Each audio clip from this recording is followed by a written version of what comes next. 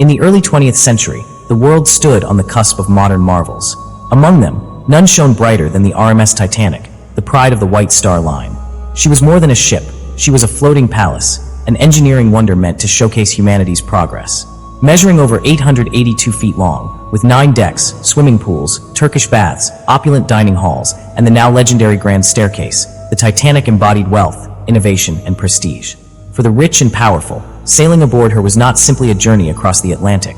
It was a statement of status. When she set out on her maiden voyage from Southampton, England, on April 10, 1912, she carried more than 2,200 passengers and crew. Among them were some of the world's wealthiest elites, including John Jacob Astor IV and Isidor Straus, as well as hopeful emigrants traveling steerage, seeking new lives in America. Titanic was touted as unsinkable, thanks to her advanced watertight compartments and cutting-edge design.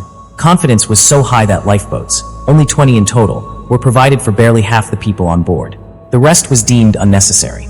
The journey was smooth for the first few days, with passengers marveling at the lavish banquets, orchestra performances, and the sense of invincibility that came with sailing on the largest moving object ever built.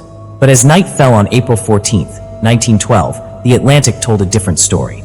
The sea lay calm, eerily still, under a clear, star-filled sky. At 11:40 p.m., the lookout Frederick Fleet spotted a looming shadow, an iceberg dead ahead. Despite quick action, the collision was unavoidable. Titanic's hull scraped against the ice, tearing open compartments beneath the waterline. At first, many passengers dismissed the jolt as a minor mishap.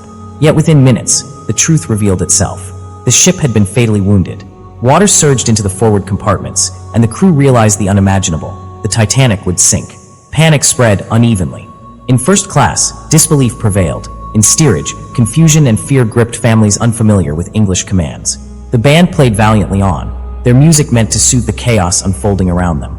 The lifeboats, insufficient in number and launched half-empty in the early stages, became symbols of desperation. Women and children were given priority, separating families in heartbreaking scenes. Some of the wealthiest men in the world stood aside with quiet dignity, while others begged for space. Amid the cold and cries, acts of heroism shone.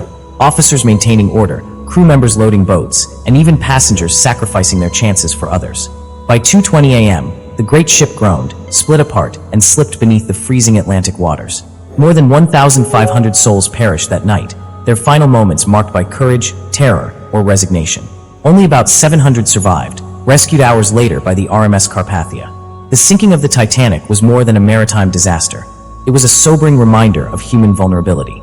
Once hailed as unsinkable, the ship's fate became a cautionary tale of hubris and oversight, echoing through history as one of the most tragic and unforgettable events of the modern age.